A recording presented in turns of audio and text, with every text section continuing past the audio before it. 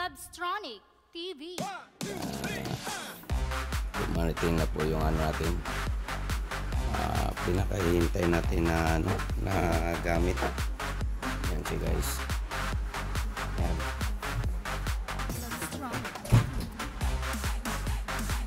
Natin na po siya guys, no? Yan natin guys. At para maano natin, ito po ay pinaka-importanteng ano sa sound system guys, no? Yan siya. Yan. Labstronic TV. Yan siya guys. Yan. Ito po yung output niya. Ito po yung mic sensor niya para sa ano, sa checking.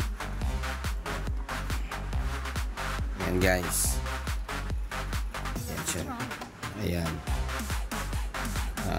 Ito po yung transmitter niya kasi ito po yung ilagay sa mixer natin. Ayan. Ang pangalan po niyan guys is Fish Checker speaker.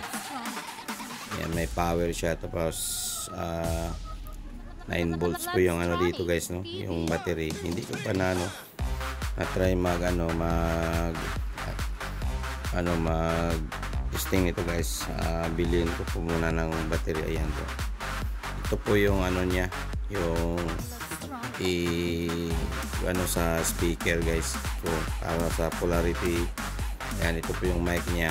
Ayan, mayroon siyang power.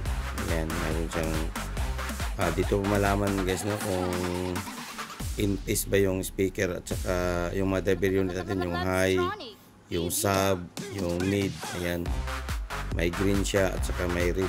Ayan.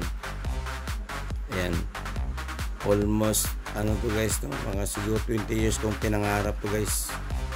Nakabili agad na ano. Mayroon din akong ano, ano nito,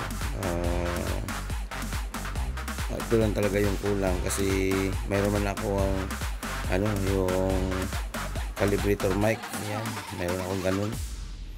Yan, ito lang yung wala sa akin kasi ito yung pinaka-importante, lalo na mag-repair ng mga sound system sa ano guys, no? Sa mga churches. Yan, pinaka-importante to guys. Yan, sa lahat ng mga ano, equipment ng ano, ng pang calibration at saka ito yung pinaka-importante sa lahat guys. Yan.